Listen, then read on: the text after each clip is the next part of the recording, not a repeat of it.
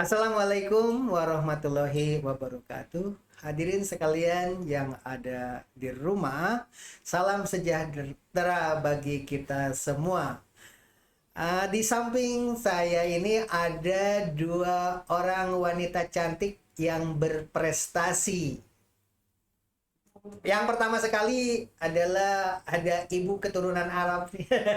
Ibu Jangki namanya, silakan Bu Jangki perkenalkan diri. Assalamualaikum warahmatullahi wabarakatuh. Saya Janki Dewi Ahmad. Di sini saya sebagai guru PJOK di SMA N 2 Cikarang, Mas. Oke, berikutnya Jel, silakan Jel. Assalamualaikum warahmatullahi wabarakatuh. Perkenalkan, nama saya Juwita Apriliani dari kelas 11 IPS 2 dari Siman 2 Cikarang Barat. Oke, demikian perkenalannya. Baiklah, berikutnya nanti akan disampaikan beberapa pertanyaan yang mudah-mudahan bermanfaat. Untuk itu, mari kita dengarkan yang satu ini. Hal-hal yang terkait dengan pemasaran Pak Kepala. Oke, hadirin sekalian yang ada di rumah, pertanyaan pertama mungkin akan disampaikan dulu ke pembinanya, Ibu Jangki. Katanya olahraganya tuh ini adalah dalam rangka Popda kalau dulu. Sekarang namanya apa sih? Bukan Popda ya, kalau sekarang itu apa namanya? Dulu disebutnya Porda, Pak. Pekan Olahraga Daerah. Pekan Olahraga Daerah kalau dulu. Sekarang itu serempak di berbagai provinsi disebutnya Porprov, Pekan Olahraga Provinsi Jawa Barat. Porprov. Pekan Olahraga Provinsi. Kayaknya enakan Porda ya. Lagi Pak, sesuai pada masing-masing. Tapi olahraganya seperti yang ada di belakang ini namanya kriket ya. Iya, Pak. Tapi kalau tadi katanya kalau buka di internet itu di Google di mesin pencari itu kalau buka kriket itu yang keluar jangkrik ya. Iya. Memang keseringan ketika saya sedang Sebentar dulu, buka dulu itunya biar kelihatan cantiknya. Oh, oke. Gimana kok kenapa jangkrik ya? Iya, mungkin di dalam bahasa Inggris kriket biasa dikenal dengan jangkrik atau rokok pemantik rokok, Pak, atau korek api.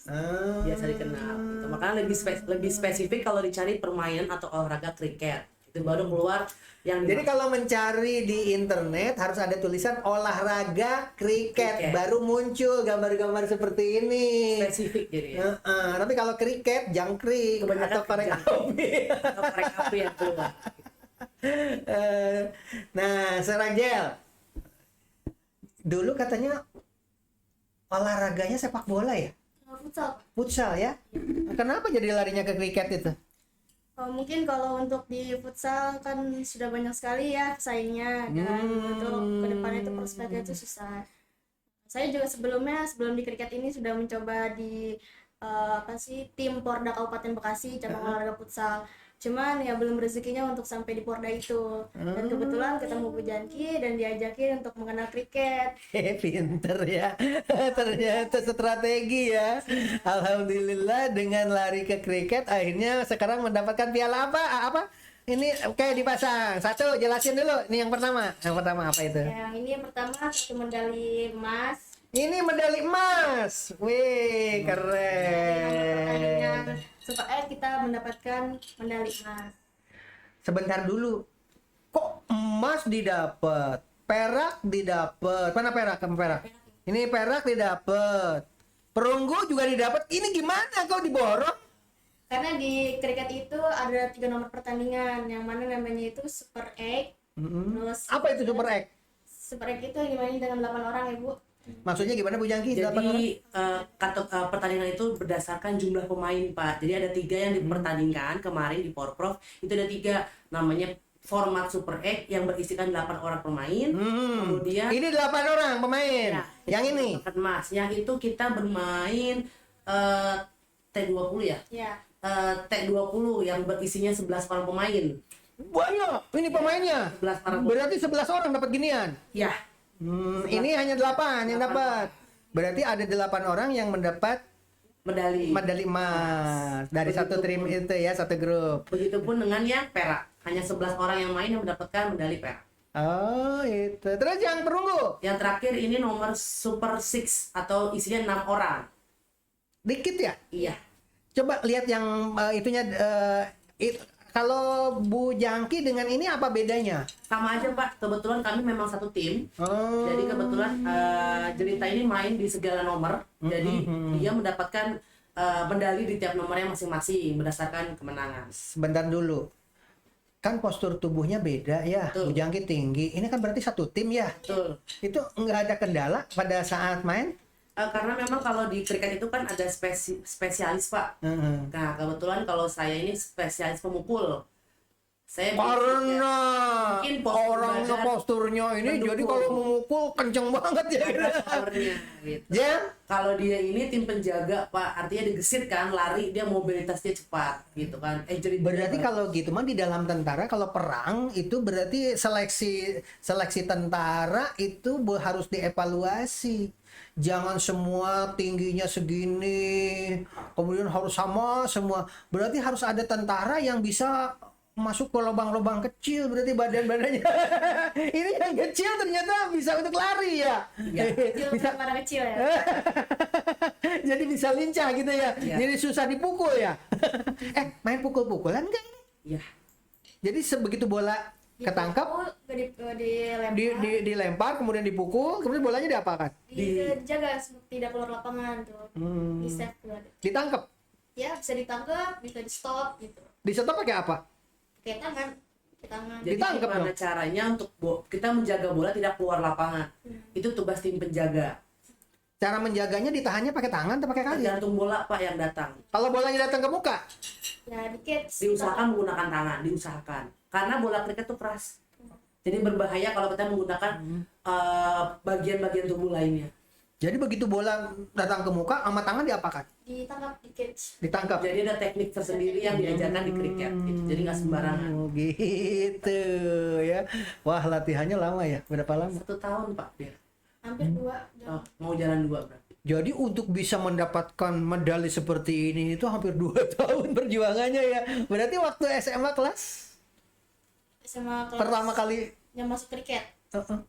SMA naik SMA tuh udah di kriket. Jadi lama sekali perjuangannya ya. Ternyata tidak mudah ya. Berarti kalau latihannya cuma sebulan 2 bulan, kayaknya untuk bisa berprestasi seperti ini agak susah ya. Iya. Karena ini jangka panjang Pak. Dan dia punya dasar karena sebelumnya kan dari futsal ya, udah biasa lari-lari, fisiknya sudah ada ya. Iya. Gitu. Tinggal dipoles teknik.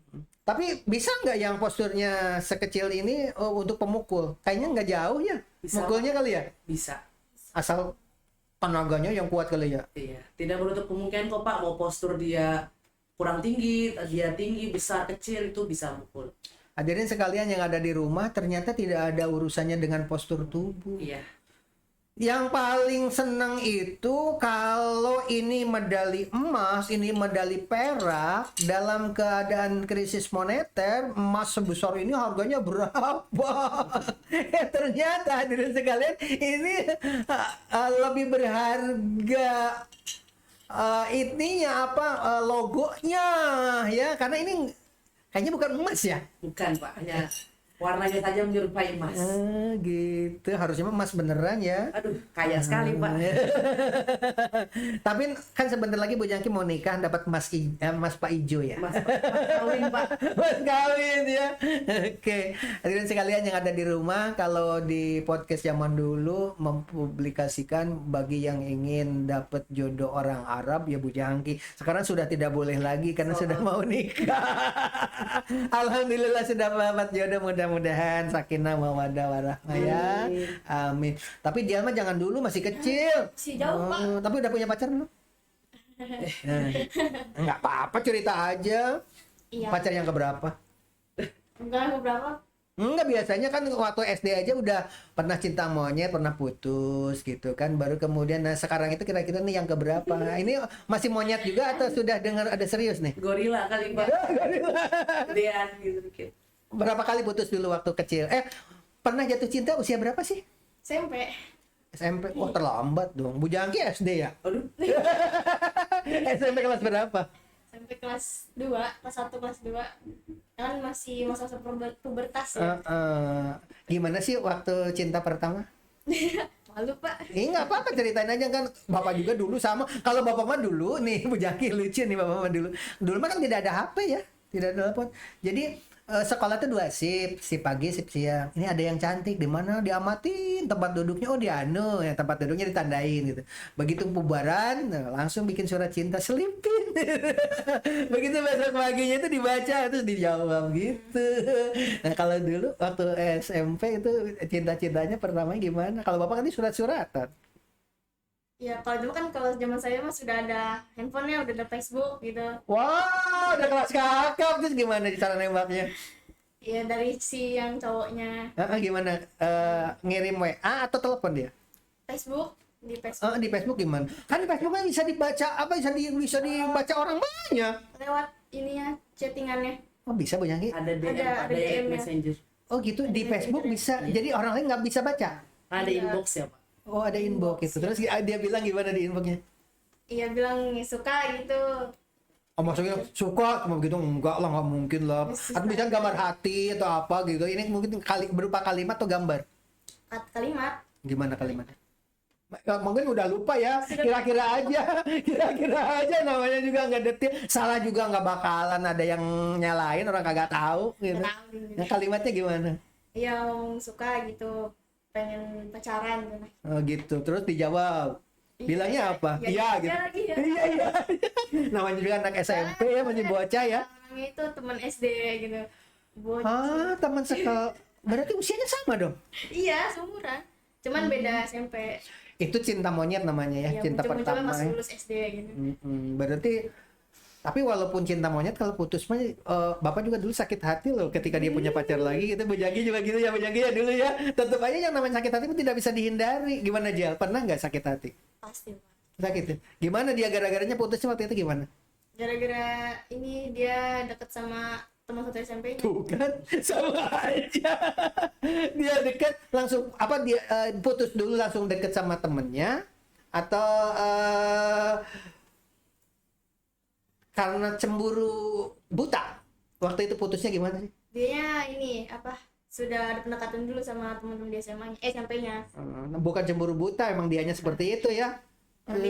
Tuh, kalau mau klarifikasi datang ke sini enggak begitu. Karena sekarang kan udah berprestasi. Dulu dia di apa istilahnya? Ditinggalin karena nggak tahu ini barang langka.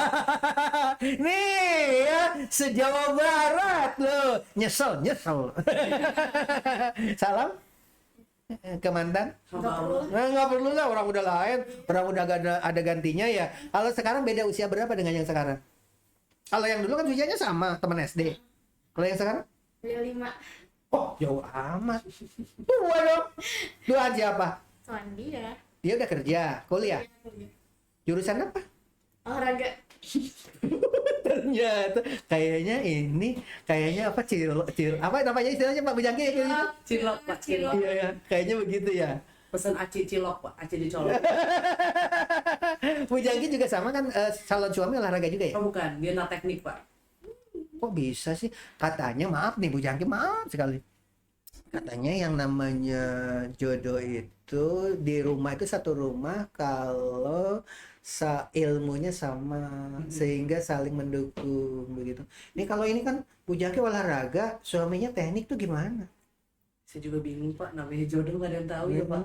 Tapi kira-kira persamaannya dalam bidang apa?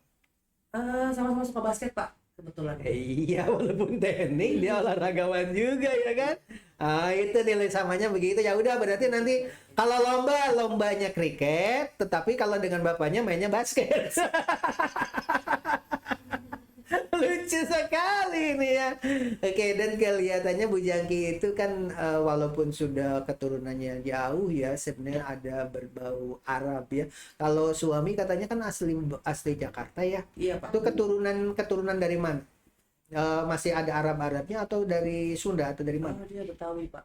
Betawi asli. Betawi ya. Kalau Betawi itu kebanyakan katanya keturunan Arab ya. Saya kurang tahu. Kurang tahu ya.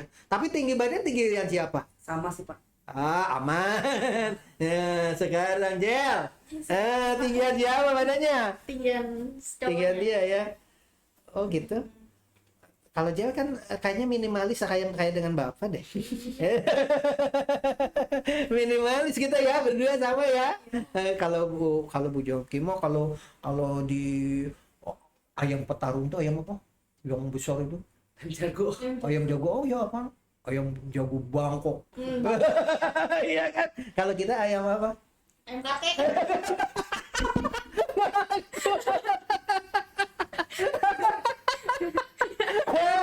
Ngomong aku. Oke, selamat ya buat Bu Jangki dengan Jel yang sudah berprestasi. Dikalungin dulu deh. Oke, Bu Jangki dikalung deh. Ini tulisannya apa sih ini? Pekan Olahraga Provinsi Jawa Barat. kok 14 ya? Jawa Barat yang ke-14. Ini yang ke-14 Bu Jangki? Iya Pak. Tahun 2002. Oke, dipakai sayang. Oke. Inilah hadirin sekalian suatu kebanggaan ya. Karena temanya ini adalah manusia langka. Jangan dulu ditutup kalau begitu lupa. Kalau malah bicara cinta dia. Lupa. Padahal topiknya kali ini adalah manusia langka. Hadirin sekalian yang ada di rumah, Bu Jangki itu pemain basket. Kemudian pemain voli, apa serba bisa. Tetapi dia memilih di kriket dan terbukti berhasil bukan cuma untuk dirinya tetapi juga untuk siswa-siswanya. Nah, oleh sebab itu kelangkaan itu penting. Intan emas berlian itu indah, mahal karena langka. Nah, tapi kalau batu kerikil yang ada di dunia ini semuanya berupa intan berlian mungkin tidak mahal. Karena apa? Karena tidak langka. Ini adalah dua-duanya adalah manusia langka. Nah, kelangkaan di dalam keilmuan dan kecantikannya juga langka. Yang satu ayu sekali. Ayu sekali ya kan. Kalau yang di sebelahnya itu ini untuk perbaikan keturunan nih. Orang Indonesia kan kecil-kecil, ya kan? Ayam kate. Tapi nanti orang Indonesia bisa mendunia karena apa? Karena postur tubuhnya juga seperti Bu Jangki. Keturunan-keturunan seperti ini. Sebenarnya faktor makanannya Bu Jangki ya? Gen barunya. Gen juga Pak. Oh, gen juga ya? Orang tua saya gede tinggi semua. Jadi di samping makanan gizi cukup juga bawaan gennya. Ini gennya gimana? Bukan kurang gizi kita kan ya? Kita kan senasib seperjuangan. Saya pribadi kan apa juga sama sebagai gede tinggi, cuman ibunya yang Bapaknya tinggi besar? ya Bapak? cuman gennya nggak terlalu banyak gitu papa, mama mungkin Oh, mama. Jadi mama tidak terlalu besar. pendek sih gitu. Jangan bilang begitu, kurang tinggi. Bu Jangki ketawa. Oke, Bu Jangki prospek ke depan kira-kira ini kan kelangkaan ya. Hadirin sekalian di rumah tuh yang mau berprestasi di kriket. Prospeknya gimana? Untuk prospek ke depan sih untuk kriket sendiri peluangnya gede ya. Karena untuk di Jawa Barat sendiri kemarin cuma ada 6 sampai dengan 7 kota kabupaten yang punya. Tuh kan jarang sekali. Jadi untuk Langka ya prospeknya cerah ya. adik-adik teman-teman semua yang mau ke jenjang timnas atau provinsi nanti pekan olahraga nasional itu sangat besar. Jadi kalau misalkan yang mau bisa datang-datang ke Semandu ya, cari Begitu hadirin sekalian. Jadi topiknya kali ini temanya itu adalah kelangkaan. Jadi apapun yang di dunia ini yang langka-langka itu banyak peluang lapangan kerja. Mungkin nanti ada pelatihan-pelatihan dari Sabang sampai Merauke di setiap provinsi itu. Kalau ingin kriket datanglah ke SMA Gubuk Apung. Nanti sana buka cabang. Nanti mungkin bisa sampai tembus ke luar negeri. Kira-kira kapan targetnya? Waduh Pak, kemarin saya sempat dilirik Pak untuk di training di India sama Pak. Ada wasit di Porprov, cuman karena saya tidak beruntung mungkin atau belum dikontak jadi. Di dunia internasional biasanya kriket direbut oleh negara mana? Sekarang Inggris Pak bagus. Inggris Karena dan- postur badannya tinggi besar kali ya. India juga bagus. India juga tinggi besar, berarti tetap aja tubuh yang paling utama harus tinggi. Berarti kalau Kemauan sih Pak. Yang- tapi kan dalam satu tim ya kan, ada yang tinggi, ada yang satu tim ya, tidak harus semuanya tinggi ya kan, harus saling melengkapi. Jangan tersinggung. Sama kita. Minimalis, yang keren dong kalimatnya ya kan. Minimalis. Jadi ternyata dalam satu tim itu saling melengkapi. Ada yang posturnya tinggi, itu kelebihannya di pemukul gitu ya. Iya. Kemudian ada yang perlu kelincahan juga, yang gesit dan sebagainya. Itu dalam tim sepak bola juga begitu. Ternyata yang juara dunia itu yang lengkap. Ada yang postur tubuhnya yang beragam ternyata. Inilah barangkali hadirin sekalian, Allah menciptakan perbedaan itu pasti ada maknanya ya, dibalik apa keberagaman yang diciptakan oleh Allah itu. Ada yang cantik, ada yang kurang cantik, ada yang ganteng, ada yang bermacam-macam, itu ternyata punya orientasi yang berbeda. Yang paling penting bagaimana kita cara mensyukurinya. Demikian barangkali, wabillahi taufiq wa hidayah. Wassalamualaikum warahmatullahi wabarakatuh. Salam gubuk apung.